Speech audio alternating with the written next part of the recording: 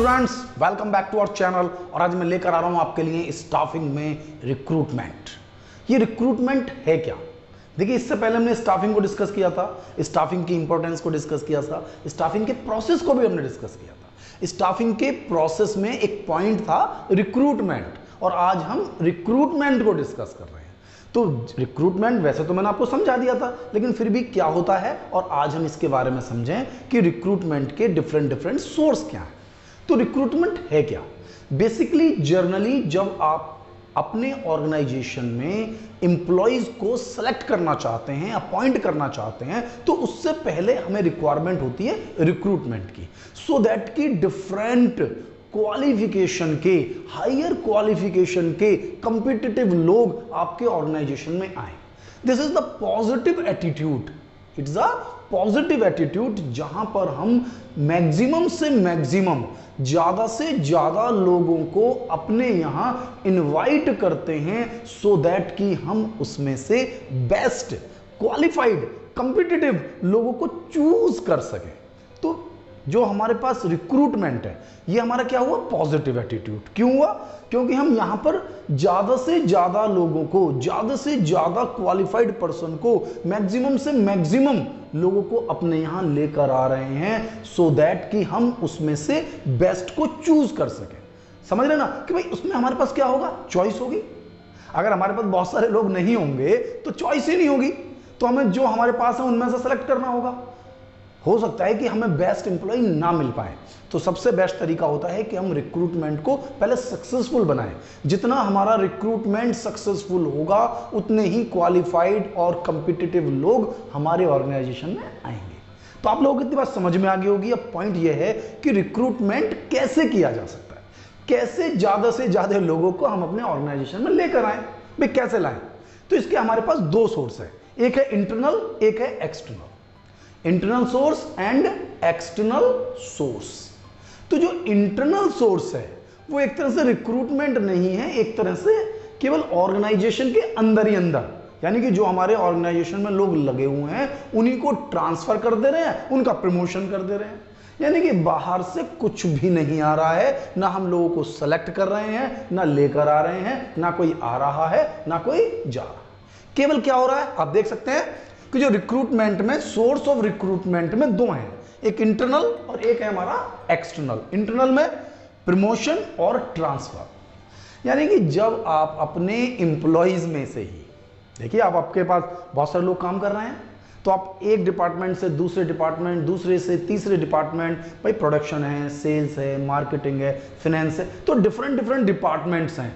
तो वहां पर आप अपने जो एम्प्लॉइज हैं, जैसे क्लर्क है उसे अकाउंटेंट बना दिया, अकाउंटेंट को सीनियर अकाउंटेंट बना दिया, तो that's called the promotion.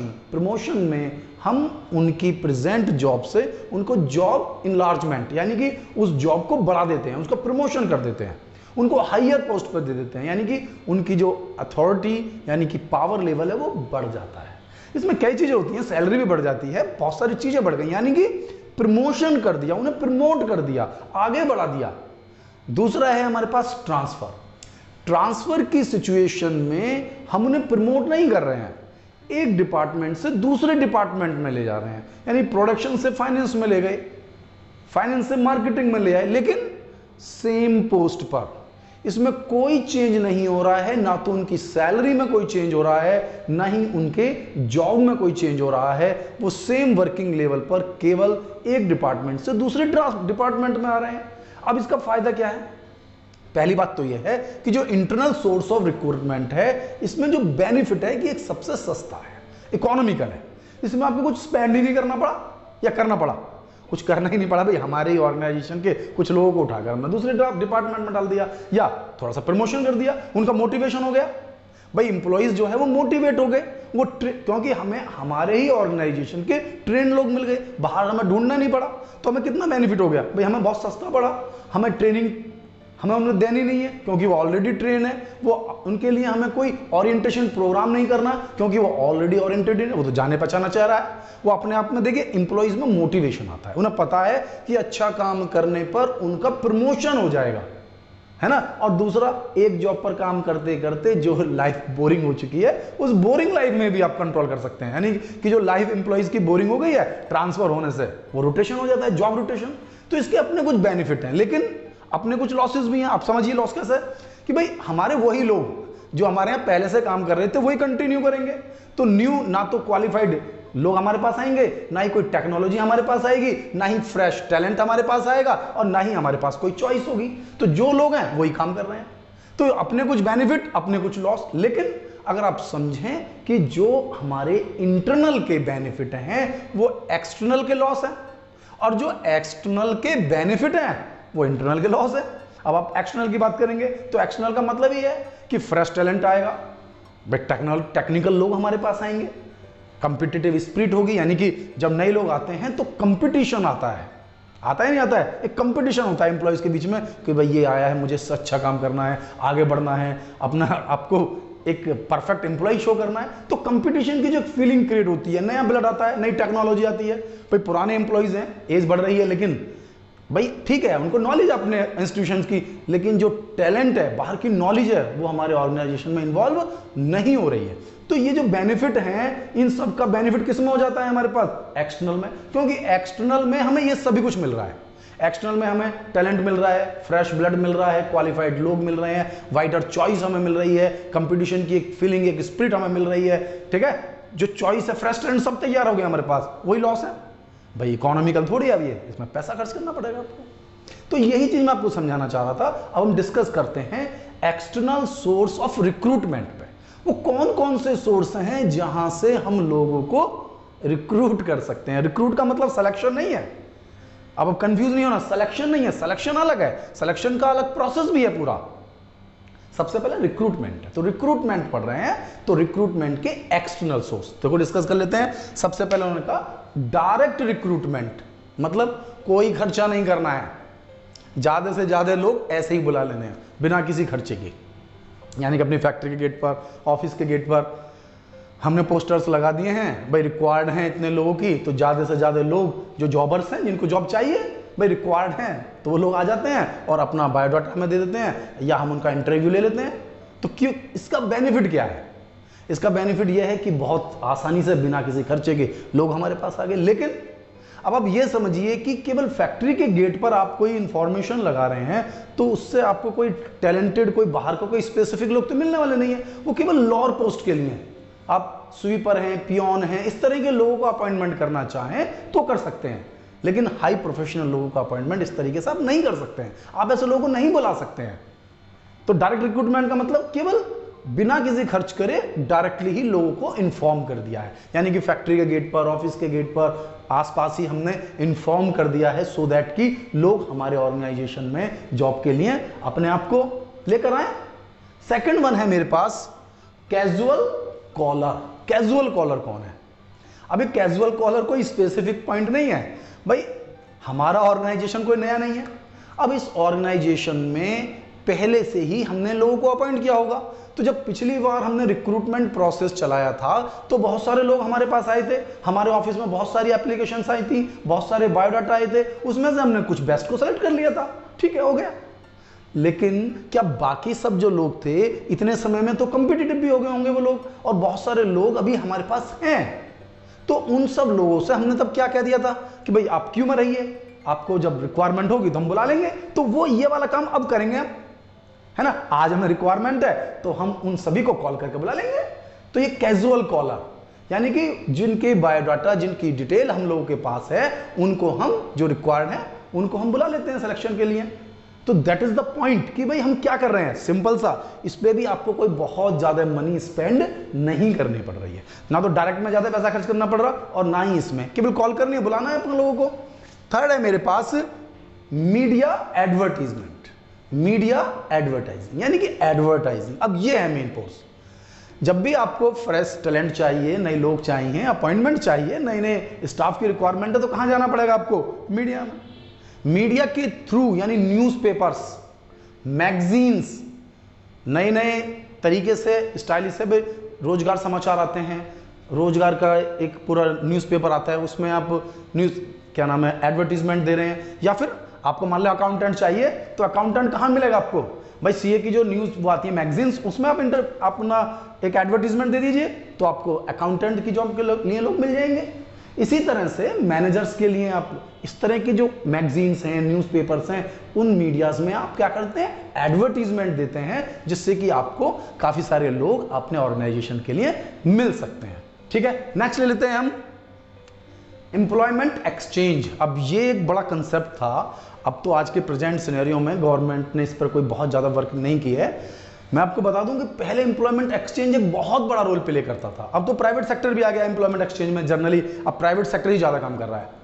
Otherwise government sector में जगह जगह गवर्नमेंट एम्प्लॉयमेंट एक्सचेंज ओपन रखती थी। उन एम्प्लॉयमेंट जो एक्सचेंज होते थे उसमें जो जॉबर थे, जिन्हें जॉब की रिक्वायरमेंट थी, वो लोग अपना बायोडाटा, अपनी डिटेल सब कुछ मेंटेन कर देते थे। अब उससे क्या फायदा होता था हमें, भाई हमें तो एम्प्लॉयज चाहिए ना, और कहाँ मिलेंगे हमें आसानी से, एम्प्लॉयमेंट एक्सचेंज में, क्योंकि एम्प्लॉयमेंट एक्सचेंज में सब तरह के लोग अपना ऑलरेडी बायोडाटा देके जा चुके हैं, वो डिटेल देके जा रहे हैं कि भाई हम अनएम्प्लॉयड हैं, हमारी क्वालिफिकेशन ये है, तो पूरी डिटेल है वहां पर, तो वहां से ले सकते हैं। तो एम्प्लॉयमेंट एक्सचेंज एक बहुत बड़ा सोर्स, एक बहुत बड़ा प्लेटफॉर्म होता है हमारे रिक्रूटमेंट का, क्योंकि वहां पर हमें कॉम्पिटिटिव एम्प्लॉयज मिल जाते हैं आसानी से। ठीक है, ये प्राइवेट सेक्टर में भी है, गवर्नमेंट सेक्टर में भी, दोनों सेक्टर से ले सकते हैं। भाई प्राइवेट सेक्टर्स वालों में क्या होता है, कुछ चार्जेस आपको पे करने पड़ेंगे, कमीशन देना पड़ेगा। भैया वहां से आप लोग ले रहे हैं तो उसके लिए जो आप सिलेक्शन करेंगे, अपॉइंट करेंगे, उसमें जो कमीशन के रेट होते हैं वो आपको पे करने पड़ते हैं। ठीक है, नेक्स्ट ले लेते हैं हम प्लेसमेंट एजेंसीज। ध्यान से रखना, पूरा टर्म्स पढ़ना, placement agency and management consultant. ये प्लेसमेंट एजेंसीज हैं, ये डिफरेंट जगह पर अपने ऑफिस को ओपन करती हैं, और इनका काम ही है कि जो अनएम्प्लॉयड लोग हैं, जॉबर्स हैं, उनका बायोडाटा ये कलेक्ट करते हैं और उनसे भी चार्ज करते हैं, और हम जब इनसे इंफॉर्मेशन लेते हैं, अपने लिए लोग अपॉइंट करते हैं, तो हमसे भी कमीशन लेते हैं। तो एक तरह से कमीशन एजेंट हैं ये, प्लेसमेंट एजेंसी है, मैनेजमेंट कंसल्टेंट है। उन्हें हमने बता दिया है कि भाई हमें कुछ इंप्लॉयज की रिक्वायरमेंट है, और इस तरह के लोग अगर आपके पास आते हैं तो आप उन्हें इन्फॉर्म कर दीजिए। भाई उनके मैनेजमेंट, उनसे लोग मिलने आ रहे हैं ना, भाई आपको जॉब चाहिए, तो जॉबर कहाँ जाएगा, प्लेसमेंट एजेंसी के पास, मैनेजमेंट कंसल्टेंट के पास। भाई हमें जॉब चाहिए, या जहां पर आप कोई और सिस्टम देख रहे हैं, तो जैसे जैसे रिक्वायरमेंट है, जहां जहां पर हमें लोग मिल सकते हैं, हम वो सारे मीडियाज यूज करते हैं। तो कई बार तो हम बहुत सारे मीडिया यूज कर लेते हैं। भाई जरूरी नहीं है कि हम कोई एक मीडिया यूज करें, बहुत सारे मीडियाज हैं, तो अपनी रिक्वायरमेंट के अकॉर्डिंग हम डिफरेंट मीडिया जो हमारे पास रिक्रूटमेंट के हैं, एक्सटर्नल सोर्स के, हम उन्हें यूज कर सकते हैं। एक है हमारे पास कैंपस रिक्रूटमेंट, ये तो आपने बहुत ज्यादा सुना होगा, बहुत जो हमारी मूवीज होती हैं उनमें देखा होगा। जैसे तुम्हें एग्जांपल देता हूँ, 3 इडियट मूवी देखी थी, एंड देखा था लास्ट में उसका, है ना, जब मैं सरमन जोशी जो था, क्या होता है जब उसका सुसाइड करता है, एंड आफ्टर दैट कॉलेज में कैंपस रिक्रूटमेंट हो रहा होता है, इंटरव्यू दे रहा होता है, तो जो इंटरव्यू था वो कैंपस रिक्रूटमेंट का ही पार्ट था। यानी कैंपस में ही बहुत सारी कंपनीज आ जाती हैं और वो वहीं से उसका रिक्रूटमेंट शुरू कर देती हैं। भाई हमें अपने लिए मैनेजमेंट के लोग कहां से मिलेंगे, एमबीए इंस्टीट्यूशंस में, हमें इंजीनियर चाहिए इंजीनियरिंग इंस्टीट्यूशन में। अब कुछ कंपनीज के लिए तो सीधा कंसेप्ट यह है कि भाई जितना फ्रेश ब्लड होगा, कुछ लोग तो कहते हैं कि भाई हमें ट्रेंड लोग चाहिए, एक्सपीरियंस लोग चाहिए, लेकिन कुछ लोग क्या कह रहे हैं, कुछ कंपनीज ऐसी हैं वो क्या चाहती हैं कि भाई फ्रेश टैलेंट दे दो हमें, क्योंकि फ्रेश टैलेंट को हम आसानी से ट्रेन कर सकते हैं। उनमें जो एनर्जी है, काम करने की जो इच्छा है, जो फ्रेश आदमी में है उसमें नहीं है, तो फ्रेशर्स को अपॉइंट करती हैं अपने यहाँ डायरेक्ट कैंपस में जाकर। ठीक है ना, आजकल तो किसी भी कैंपस की, किसी भी कॉलेज के जो वैल्यू होती है वो इस बात पर बेस करती है कि वहां का प्लेसमेंट कितना अच्छा है। तो दैट इज द पॉइंट कि वो रिक्रूटमेंट के लिए एक कंपनी का एक ऑप्शन है कैंपस रिक्रूटमेंट। एक होता है फैक्ट्री गेट। अब फैक्ट्री गेट कुछ नया नहीं है, फैक्ट्री गेट बिल्कुल सिंपल सा कंसेप्ट है, ये एक हेडिंग है जो हम दे रहे हैं, ये बिल्कुल डायरेक्ट रिक्रूटमेंट है। इसमें भी हम क्या कर रहे हैं कि हम अपनी फैक्ट्री के गेट पर ही एक पोस्टर चस्पा कर देते हैं, चिपका दिया है हमने, पेस्ट कर दिया है कि भाई हमें ये कुछ लोग चाहिए जिनको जरूरत हो जॉब की, वो लोग आ जाएं। लेकिन फिर मैंने आपसे कहा इसमें केवल बहुत ही लोअर ग्रेड की जो पोस्ट हैं, जॉब्स हैं, केवल उन्हें ही अपॉइंट कर सकते हैं आप। जैसे कि भाई हमारे पास पियोन है, अनक्वालिफाइड लोग ही फैक्ट्री के गेटों पर ढूंढते हैं कि भाई हमें जॉब मिल जाए। लॉजिकल बताओ, कोई प्रोफेशनल तो नहीं हो रहा ना, तो प्रोफेशनल लोगों के लिए आप जाएं, इस तरह से करेंगे तो आप कामयाब नहीं हो सकते हैं। इसमें कामयाबी क्या है, भाई आपको पियोन चाहिए, स्वीपर चाहिए, ठीक है ना, गार्डनर चाहिए, माली चाहिए, तो इस तरह के लोग आपको मिल जाएंगे इजीली। अब इसमें कुछ और हैं, जैसे रिकमेंडेशन फ्रॉम एम्प्लॉइज। हमारे एम्प्लॉइज भी तो काम कर रहे हैं, हम इतना बड़ा ऑर्गेनाइजेशन चला रहे हैं, हमारे एम्प्लॉइज हैं, हम उन एम्प्लॉइज से पूछ लेते हैं, उन एम्प्लॉइज के सजेशंस को हम मान लेते हैं। उन्होंने कहा भी हमारे गांव में कुछ लोग हैं, या हमारे कोई मित्र है, हमारा कोई रिश्तेदार है, ठीक है भाई, हमें क्या प्रॉब्लम है, हमें तो ऑर्गेनाइजेशन में चाहिए ना रिक्रूटमेंट करने के लिए, सिलेक्शन करने के लिए हमें लोग चाहिए, ठीक है, आप अपने रिश्तेदार को भेज दीजिए, आप अपने गेस्ट हैं, फ्रेंड्स हैं, कोई भी, डजंट मैटर, कि जो हमारे एम्प्लॉइज जिन्हें रिकमेंड कर रहे हैं, हमारे एम्प्लॉइज जिनके बारे में बता रहे हैं हमें, ठीक है। तो अब नेक्स्ट है हमारे पास लेबर कॉन्ट्रैक्टर। तो कोई नया नहीं है लेबर कॉन्ट्रैक्टर भाई, ये जो लेबर कॉन्ट्रैक्टर होते हैं जनरली ये बहुत सारी लेबर एक साथ कलेक्ट कर लेते हैं, ये गाँव पे इनका कंट्रोल होता है भाई, बहुत सारी लेबर। लेकिन ये लेबर कौन से देते हैं हमें, इनसे जो लेबर मिलती है, जैसे हम ईंट का भट्टे हैं, उसके लिए लेबर चाहिए आपको, कोई कहते हैं ना कि कॉन्ट्रैक्ट पर लेबर चाहिए, तो कॉन्ट्रैक्ट पर लेबर क्या है कि भाई बहुत सारे लोग गांव के ये इकट्ठा कर लेते हैं, इनके संपर्क में बहुत सारे लोग लगे रहते हैं, तो कमीशन पर ये फटाफट लेबर ले आते हैं। सबसे आसान काम होता है इनके यहाँ, जो लेबर कॉन्ट्रैक्टर होते हैं ये आसानी से बहुत सारी लेबर इकट्ठी कर लेते हैं, क्योंकि इनका कॉन्ट्रैक्ट होते हैं भाई, गाँव में रहते हैं, गाँव में बहुत सारे हमारे पास जो लेबरर हैं वो खाली हैं, तो इकट्ठा करा और बुला लाइए, तो लेबर कॉन्ट्रैक्टर। नेक्स्ट है मेरे पास एडवर्टाइजिंग ऑन टेलीविजन।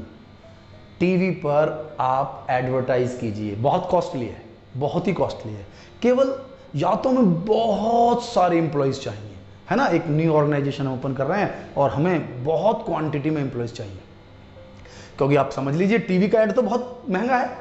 अब उस इतने कॉस्टली ऐड में अगर आप जाएंगे तो दैट मीन्स कि आप एक या दो लोगों को सेलेक्ट नहीं कर रहे हैं, बहुत सारे लोगों को आपको सेलेक्ट करना है, तो ऐसी सिचुएशन में आप टीवी में ऐड दे सकते हैं, ठीक है ना। टीवी के ऐड लेकिन महंगे होते हैं, इसलिए ज्यादा प्रेफर टीवी के ऐड जॉब्स यानी रिक्रूटमेंट के लिए नहीं किए जाते। बाकी तो प्रोडक्ट के लिए, तो एडवर्टीजमेंट के लिए सबसे अच्छा सिस्टम है टीवी।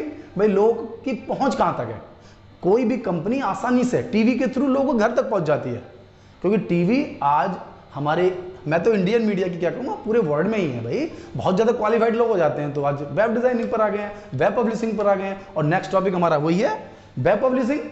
भाई बहुत ज़्यादा पढ़े लिखे हैं, हाई प्रोफाइल लोग चाहिए, तो आपको कहाँ मिलेंगे, टीवी पर नहीं, उनके लिए जाइए आप वेब पब्लिशिंग पर, इंटरनेट पर आप एडवर्टाइज कीजिए, डिफरेंट साइट्स पर आप एडवर्टाइज कीजिए। अब जैसे Naukri.com है, तो Naukri.com में क्या कर रहे हैं आप लोग आप भी तो रजिस्टर करा रहे हैं ना, तो डिफरेंट पोस्ट के लिए लोग अपने बायोडाटा उसमें रजिस्टर करा रहे हैं, और Naukri.com के थ्रू जो हमारी कंपनीज हैं वो कॉन्ट्रैक्ट कर रही हैं कि भाई हमें इस तरह के लोग चाहिए, तो Naukri.com उन्हें फटाफट रिक्रूटमेंट करा देती है कि भाई ठीक है, आप इन लोगों का इंटरव्यू करा लीजिए, इन लोगों को सेलेक्ट कर लीजिए इसमें से। तो वेब डिजाइनिंग एक बहुत बड़ा कंसेप्ट है जो आज के मॉडर्न कंसेप्ट में चलेगा। ऐसा नहीं है कि टीवी वाला नहीं था, टीवी का भी है, लेकिन टीवी का कॉस्टली होने लगा है, और जो प्रोफेशनल लोग हैं उनमें सबसे अच्छा जो बेस्ट तरीका है वो वेब डिजाइनिंग का है। तो आई थिंक टॉपिक आपके समझ में आ गया होगा, कोई बहुत ज़्यादा स्पेसिफिक आपको जाने की जरूरत नहीं है। अगर आपने कुछ 5 या 7 पॉइंट भी अपने माइंड में फीड कर लिए हैं तो वो एनफ है। इसके बेनिफिट और लॉसेस भी मैंने आपको बता दिए थे। तो मुझे लगता है कि आपको ये वीडियो अच्छी लगी होगी। अगर आपको ये वीडियो अच्छी लगी हो, पसंद आई हो, तो आप इस वीडियो को लाइक करें और अपने दोस्तों को शेयर जरूर करें, और मेरे चैनल को सब्सक्राइब करें। इससे भी जरूरी, यदि आपने अभी तक बेल आइकॉन प्रेस नहीं किया है तो बेटा बेल आइकॉन प्रेस कर लें, जिससे कि मेरी वीडियो के जो लेटेस्ट नोटिफिकेशन है वो आपको लगातार मिलते रहे। थैंक यू, मिलता हूँ नेक्स्ट वीडियो।